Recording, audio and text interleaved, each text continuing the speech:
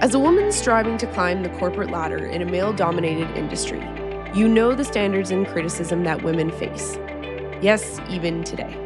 Not only is our inner voice speaking negatively, but the coworkers that give their input uninvited can speak louder than most. At what point do you give in to the negativity and begin to look for work elsewhere? I'm Dr. Jessica Metcalfe, and this is Speak Kindly, You're Listening. Don't forget to check out the book with the same name that inspired it all, out on Amazon and is now a bestseller. Today, we are joined by April Hicke and Marissa McNeeland, the creators of Toast, a membership-based collective that's flipping the hiring dynamics for women in tech by women in tech. On today's episode, April and Marissa share their journeys in business and how forming a group of supportive women and creating a strong community has been the key to success in their corporate climb. They believe in helping the lonely only and are striving to help women step out of the toxic places and into their true calling. Here we go. I am so excited to have April and Marissa here on Speak Kindly, You're Listening because of what they have developed over the past few months, because we talk about our inner gremlins all the time, and they are now helping other women change their inner gremlins to get into positions where they are making more money and that they understand their worth. But before we even get to that point where you both stepped into and are helping women, tell me a little bit about your own inner gremlins that you've experienced, whether it was in the launch before Toast or even from a few years ago where you spoke unkind words to yourself. Yeah, I think there's definitely been a lot of instances throughout my career journey. About 7 years ago, I took a big leap from a mostly woman-dominated field of human resources into tech. For the first time, really experienced being the lonely only few women within tech teams. Also coming into rooms with, IT consultants who've been in the industry for 25 years, thinking, who is this girl who has zero technical experience, leading these conversations. And as someone who I think comes off quite confident and is able to communicate well and hold my own within those, I think that sometimes, creates a lot of defensiveness within other people. And through that learning curve was very difficult, ate away at me a lot. All the, little comments, people putting me into a box. I was doing so much work to gain technical skills, to work with my technical teams. If I was in a meeting and didn't know something, I would be enrolling in a course and be up until 4 a.m. trying to learn about it. And I think I was, and honestly still am 7 years later, put into a non-technical box quite a bit. And I think that's impacted the way that I was able to or wasn't able to progress within my career. We talk about imposter syndrome. I think that really impacted the way that I advocated for myself or didn't advocate for myself. Honestly, I waited for other people, usually women, to pull me up into roles to progress my career. And I went through a mass layoff where I had 2 levels of leadership. All of my peers, all of my direct reports walked out in front of me in a day. And all of a sudden, all those people who were pulling me up in my career were no longer there. And I was kind of left to fend for myself. And I know the impacts of being laid off on someone's psyche are really rough. And I think sometimes we also underestimate survivor's guilt and being that one person left, not knowing why, not knowing who advocated for me or why I'm here. And then once again, starting from the bottom, having a new leader, having a new team, being put into that box again, 2 years into, learning and progressing myself and building my reputation. I honestly felt I would never get out, that there was no roles for me.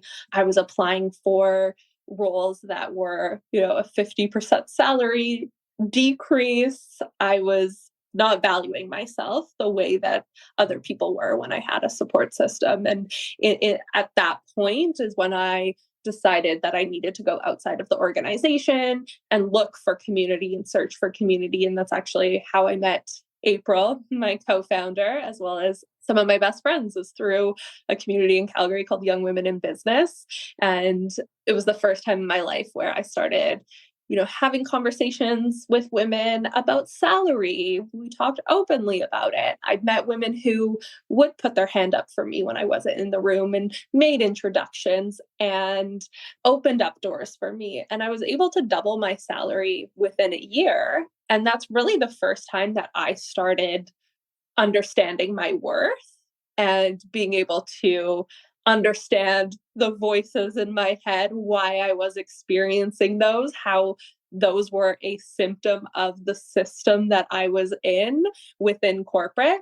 And that's really what inspired Toast and what I'm now doing as a woman in tech and a woman in artificial intelligence. There's very few of me, and I want to ensure that other women who are the lonely only on tech teams also have a community outside that can support them and kind of drown out, the voices that come up when you're in a system that isn't made for you. Oh, that felt like a roller coaster that you were describing right there. There's that buildup where you're like, I'm building up that confidence. And it's so fascinating because we can exude all the confidence, except on the inside that we're tearing ourselves down at that point in time. And so we have to give ourselves that opportunity to be able to not just lift up others, but recognize that we can lift up ourselves in that time. And you said lonely only. I think this is the first time I've heard that. And I'm going to use that terminology from now on because it's absolutely incredible. So I'm going to shift over to April. I want to hear a little bit about your story and that inner voice, and then bring us to that point in time that Marissa just got us to where you both met then. So from before to like that meeting. Yeah, I mean, mine and Marissa's stories are very similar, which is obviously why we were drawn and attracted to one another. So, I think growing up, I didn't have a really great upbringing. And I think once I got into corporate, I had a lot of voices in my head telling me I wasn't good enough to be where I was and that I didn't look like everyone else around me, or that I didn't have the same backgrounds or come from the same types of families. And that I hate talking about imposter syndrome because I do feel that the more we talk about it, the more we're like perpetrating this idea that women should have it when realistically we shouldn't. I also think society kind of pushes that on us. But those thoughts in my head pushed me to be more of an overachiever, to prove to myself often that I deserve to be where I am. And much like Marissa was speaking about, layoffs or losing your job, what, pushed me into Toast was walking away from a job last year. And so I, got to this place where I recognized that these systems are not set up for women to succeed. And, in my personal experience, I'm a mother, I have 2 children. It adds definitely an extra level of complexity. And after leaving, I doubted whether I was good enough to go to work at all anymore. I think there's experiences. Someone talked about the trauma, like job trauma. And I think that that's a real thing. If you're in a toxic workplace or you work with toxic people, that trauma can really get into your head and change the way that you think and feel about yourself. So it was a long road for me to, stand on my feet again. It was a good couple months of crying for me to stand up and be like, no, no, no. And thankfully, my co-founder was here to pick me up and be like, no, no, no, we're going to dust you off and let's keep going. And we're going to build this super cool thing. And we're going to take our experiences and be able to create a better space for other women. The fascinating aspect in regards to community is the fact that we do have to lean on each other at times. And I was just actually at a conference where another dentist who's a few years older than me had said it's actually going to be the generation that is in existence right now. So in between the late 20s to early 40s, who are actually going to be able to open the door and hold the door open, because there is still a set group of women who, yes, they had to break down barriers to be able to get there, but it's almost as if they closed the door after themselves and said, well, I had to do it this way, so you need to do it as well. And that comes into fear-based and shame-based learning. Heck, that is what happens within academia at this point and starts to overflow into corporate and to individuals or into organizations and companies that rely on those high achievers. And I appreciate what you said because there's research that has come out in regards to leaving a toxic workplace environment, and it can take upwards of 22 months to recover after you've left a toxic workplace environment. And that's really hard to navigate because now you're in between and maybe you don't have the opportunity to be able to take even a couple of months off from what end up transpiring and to be able to recover and then readjust yourself and then give yourself the opportunity to build up that confidence again. So now let's bring both of you together. So both of you came together starting to build this community because this is what I absolutely love because one of the reasons why this podcast and my book came into fruition is I wanted to be able to open up the door and like open up multiple doors for multiple women to come running through afterwards as well. So talk to me about the community that you've built to then help those women with those inner gremlins. Yeah, I want to speak quickly to what you just said too about women kind of, you know, I heard someone refer to it as like pulling the ladder up Oh, after you. So yeah. like, so you get to the top and then they've like rolled up the ladder. It's like, well, you're on your own now. Find your way up there.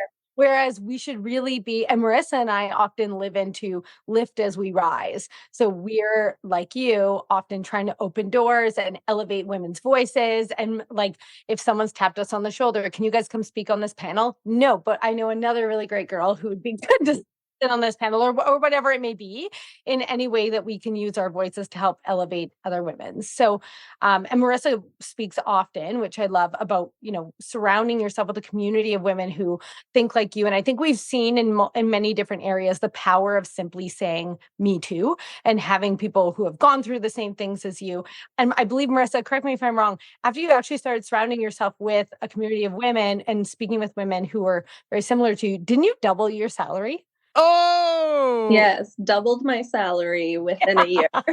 Yeah. So the power of community is tangible oh, I love that. But the right community. for sure. Because and this is where at times I think that if we go and we find someone, because this happened to me, first couple of years out of education and like trying to get my footing, I had just moved locations and I put myself in the middle of the wrong women and it tore me down. It made me feel worse than it was. And then I felt that, oh my goodness, this is the entire like network. And what am I going to do? But if you are in front of the wrong people or in the wrong group, it's okay. You just get up and go find another group. And you have to give yourself the permission to say, okay, this didn't go well. My feelings are hurt, but this isn't going to be everyone.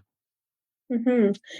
And I do want to note that I mean, we talk a lot about like corporate structure and it not being made for women. Like, really, corporate is made for white men.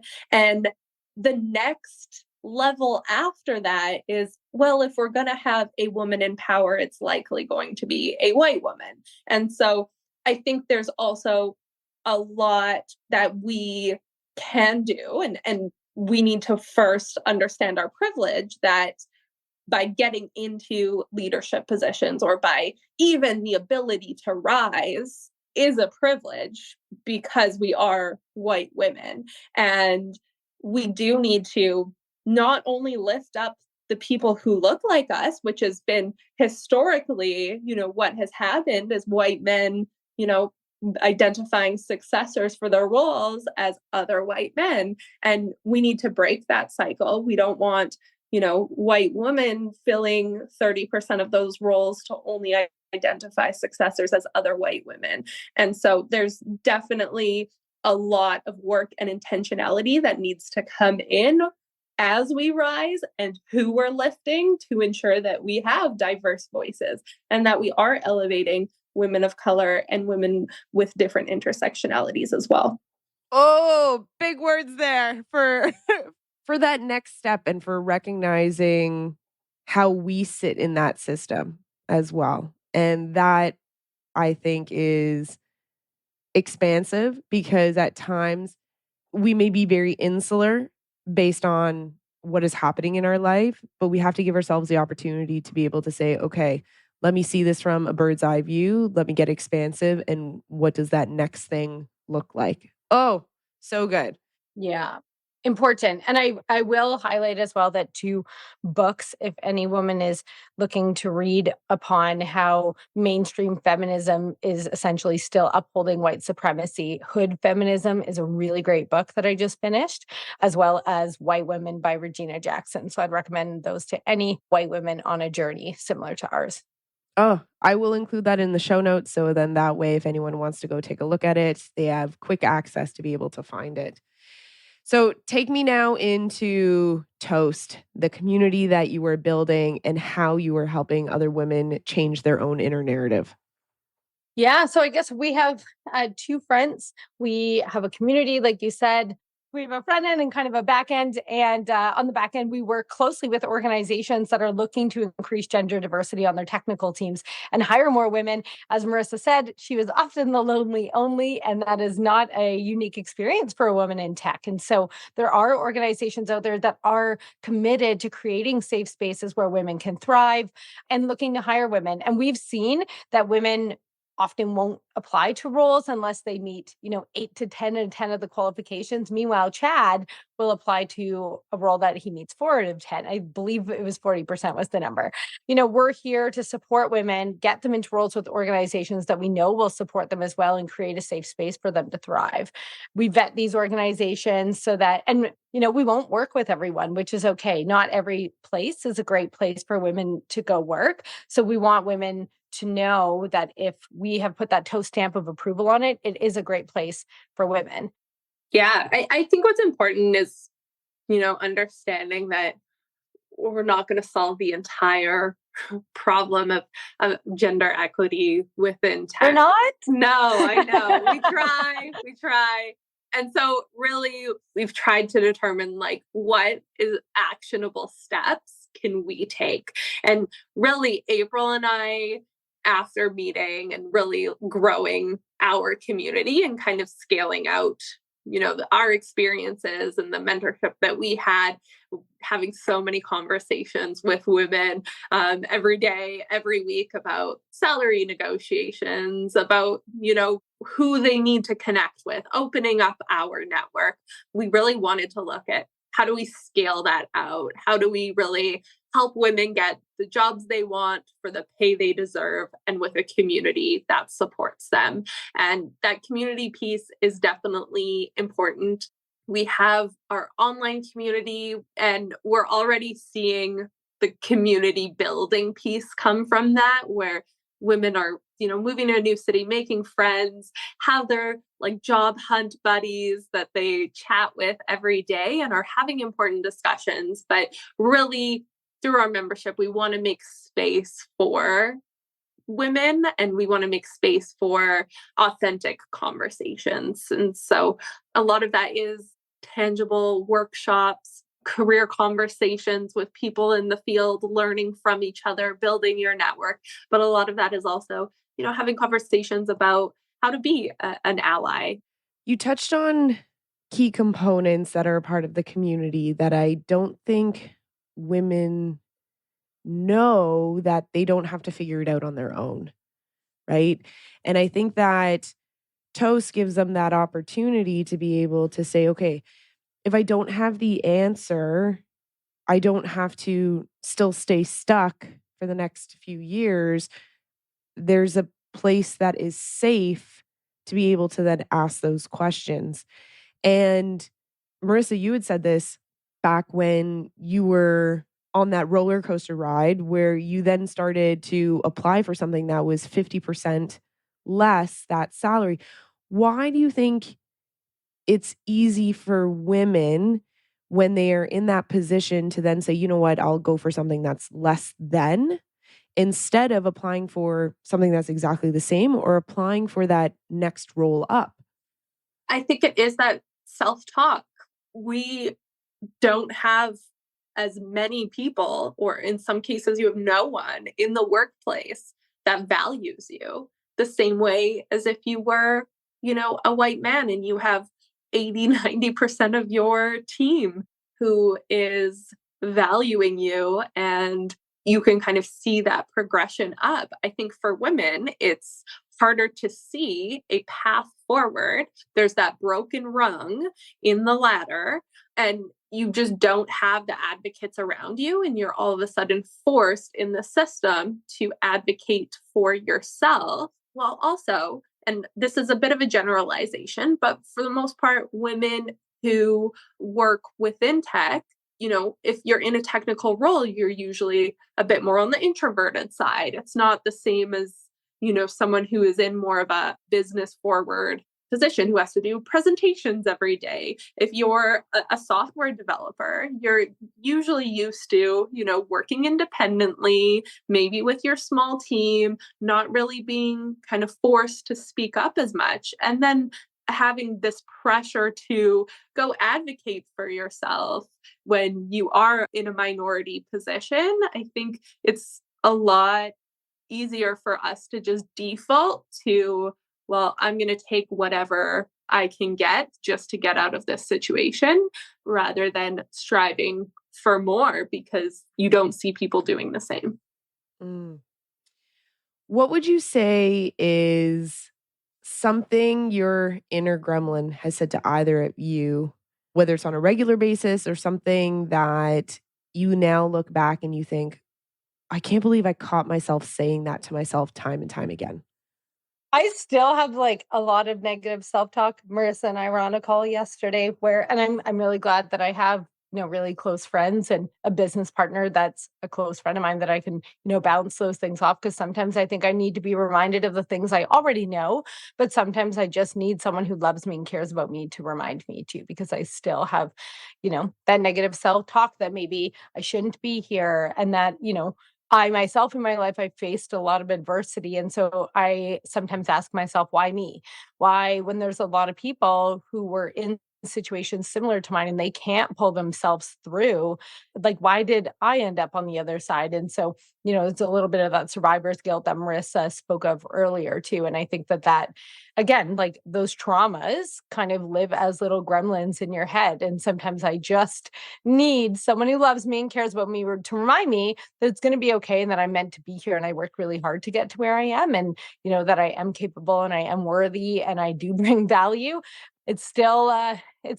Hey, Marissa. Oh yeah. I think something that April and I think have bonded us forever is that we're both, statistically speaking, should not be sitting in these seats today. We should not be the level of education or making the amount of money or being as successful as we are. And I think for the two of us, we talk a lot about like how our childhood and how our traumas in life impact our self-talk. And so I think it often comes back to the same themes in life. It's just applied to different situations. And I think that took me, honestly, I've only realized that within the last couple of years, because sometimes it feels like, when you're in a situation and it feels like failure or you're not doing well enough, or, some Chad, whoever Josh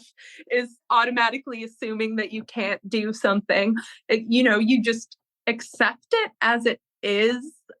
For me, that's something where I hear words, and I recently shared this experience with our Toast membership that one time I was declined for a job because they told me I was not a strong communicator. They told me I had poor communication skills, and I instantly accepted that as is. That's who I was. I was a poor communicator. I could never be in a position that would require communication skills. Like, I should just go bury my head somewhere, but never talk to anyone in the world again. And like, I know that's not true now, but that just kind of stems back to my childhood. And I've been, almost taught to be like, if someone says something about me, this is true. I need to defer to other people to make decisions.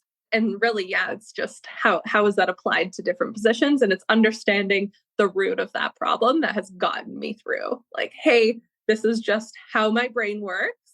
This is not because of this situation. This is because of everything else, all the other baggage that comes along with me. And I love talking about whenever you hear those really negative things that we internalize. Remember, Marissa, we spoke about this recently where someone gave me the advice that if I wouldn't take advice for that person, if I wouldn't go to that person for coaching on my life or my career, then I do not have to take their negative criticism. I can like listen to it, but I don't need to actually absorb that or, like Marissa did, okay, accept it as fact, especially if it's not someone that you would go to for positive reinforcement or coaching in any sense. Then if they say something, well, that's excellent that that's your opinion.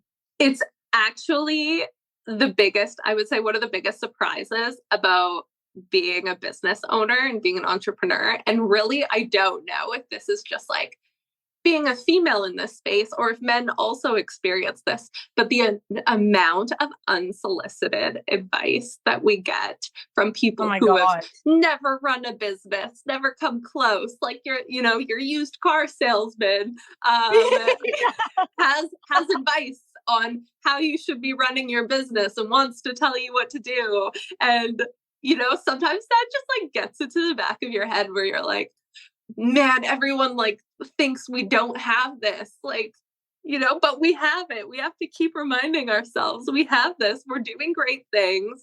What is our measure of success? Because we're trying to help women. And so is that going to be like, we're going to help 100,000 women? Or if we just help one woman, is that the same amount of success for us? And I think everyone kind of has their opinions, and sometimes that plants a seed of doubt, but you kind of have to like set your own values, set your own measure of success, and be able to really, really be rooted in those. My mindset definitely changed when I look at success based off impact. So for me, after I did the Brene Brown's like core value exercise, which was so amazing and very hard to narrow down two core values. But I know she says if you have more than two priorities, you have too many priorities.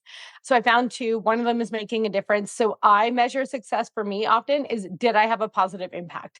Did I make a difference? Even if one conversation I had that day made a difference in someone's day or the way they feel about themselves or the way they approach negotiating salary with their boss or whatever it may be, then I feel that day was a success for me. I did something. It's so fascinating when we think of self-talk at times because some people will just automatically assume, oh, it's just changing the narrative, but there is so much more that's behind it. And it's almost like the Russian nesting doll where like you unpack it and you keep, and going back to the little itty bitty one, and it starts with family, and then you get the system, and then friends, and then the experiences, and then everything starts. And then you have this confidence exterior person. Let's say it is that confidence on the outside that you're exuding. But on the inside, there are all these layers that you still have to work through to understand, is it confidence that you're feeling? Or when it wanes, why is it waning? And how do I start to bring that back? And both of you have shared from inception to navigating through that transformative process to then understanding that, okay, I'm still going to deal with it even when I've built the business and we're in the thick of everything, and those gremlins are still going to come up. So when you sit in that moment, and I want to hear from each one of you personally, what is it that your inner cheerleader says to yourself at the end of the day? So let's say you're getting ready for bed or you're taking off your makeup, washing your face, brushing your teeth, and you haven't had the greatest day. What is it that's maybe a comment or a little statement that you end up saying to yourself that your inner cheerleader is there to say that you ended that day? Often I tell myself I tried really hard today. Marissa and I talked about this recently, even like being a mom, being a good parent, and like wondering if I'm like doing enough for my kids or my company or my friends or whatever. I tried really hard today. And that is enough for me that I tried hard. Love it. Marissa, what about you? I mean, I don't know if this is so much as like a cheerleader, but I would say like the sun will rise tomorrow, because I think often when I'm in that spiral, the best thing I can do is just go to bed wake up tomorrow. It's a new day. Yeah. And that is the beauty of it. Whether it's your inner cheerleader, inner wise woman, inner sage, inner whatever, you get to create that voice. Ladies, thank you so much for taking the time to be able to share about your inner voices and how you're helping other women as well. Thanks, Jess. Thank you for having us. Community, community, community is key. And let me make a distinction. A supportive community is key. What April and Marissa are creating, or should I say have created, is a space for women to speak freely, be heard, and be supported. In that community, women support each other, lift each other up, open the doors for others, and guide others through. Not only can you combat self-doubt with a supportive community, but you can also help build your leadership success with that supportive community as well. Yes, we live in a world of competition, and I don't want to negate that. However, as a past athlete, you can still have competition, be friends, be supportive, and build community. You do not need to tear someone down to gain an advantage and get ahead. Which brings me to our key takeaways from today. Number 1, build a supportive community. This is what I like to call your trust squad. I have a brain training exercise for you on my book portal. Link is in the show notes on how to do it. Story time. Back when I first graduated dental school and moved back to Toronto, I had to make a new set of friends. I just spent 4 years with some of my closest friends who became family. Lived through ups and downs, heartaches, woes, the good, the bad, the ugly, and everything in between. There was such trust there. Okay, fast forward to graduation and making all new friends again. Well, let me just say, I was stabbed in the back, spoken unkindly to, and picked apart by people who I thought I could call friends. Well, I was wrong. So as I tried to build my community, I had to be mindful of who I let into that circle, into my trust squad. You get to reevaluate those circles from time to time and figure out if they are working for you, with you, or against you. If you walk away from a conversation and have to think, is this person going to use this against me? Or are they going to think I'm stupid? Or make you feel embarrassed or ashamed? Then maybe that isn't the right person to share with. Your supportive community should lift you up, hold space when you are down, and also cheer your successes on. Key takeaway number 2, you are allowed to leave your job. You heard me. I recently read a post about a high-achieving woman feeling stuck in her job because she worked so hard to get to that position. And when she got there, she enjoyed it for a period of time and then became ready to move on. Reading her story reminded me of the time one of my friends asked me if I was upset because there was nowhere else I could go in my position. Essentially, I reached top tier and that was going to be it for the next 25 years. At the time, it didn't bother me because I did work so hard to get there and wanted to enjoy that space that I had created. But that question also sat in the back of my mind. Now, for some, consistency and predictability are important, but I knew there would come a time when I would get an itch and would want more. You get to decide if that time is now or later or not at all, but you get to make that decision. You also get to make that decision based on the circumstances that you're experiencing. If you're burnt out or in a toxic work environment, or those coworkers are speaking unkindly and it isn't a space you want to be in, that may be reason enough for you to leave. You don't have to feel like you're absolutely stuck sitting at one job when there are supportive communities out there to be able to lead you in a different direction and guide you into making that next step or making that next change. Every episode will have a reflection question, and this is yours for today. Who is in your trust squad? Say that name out loud, or in your head if you're in a group of people with your headphones in, but make it known to you. Then, here's a little something extra for today. Send them a message and tell them you are grateful for having them in your life. It's going to be so unprompted that you're going to put a smile on their face today. When you found your answer, send me a DM on Instagram or an email to info@drjessicametcalfe.com. That's info@drjessicametcalfe.com. And yes, you can send me a message with just their name because I will cherish that too. Thank you so much for joining us today on this episode of Speak Kindly, You're Listening. Remember, when you hear your inner gremlin, ask yourself, would I say this to a loved one? And if your answer is no, then it's time for a reframe. Speak kindly. You're listening.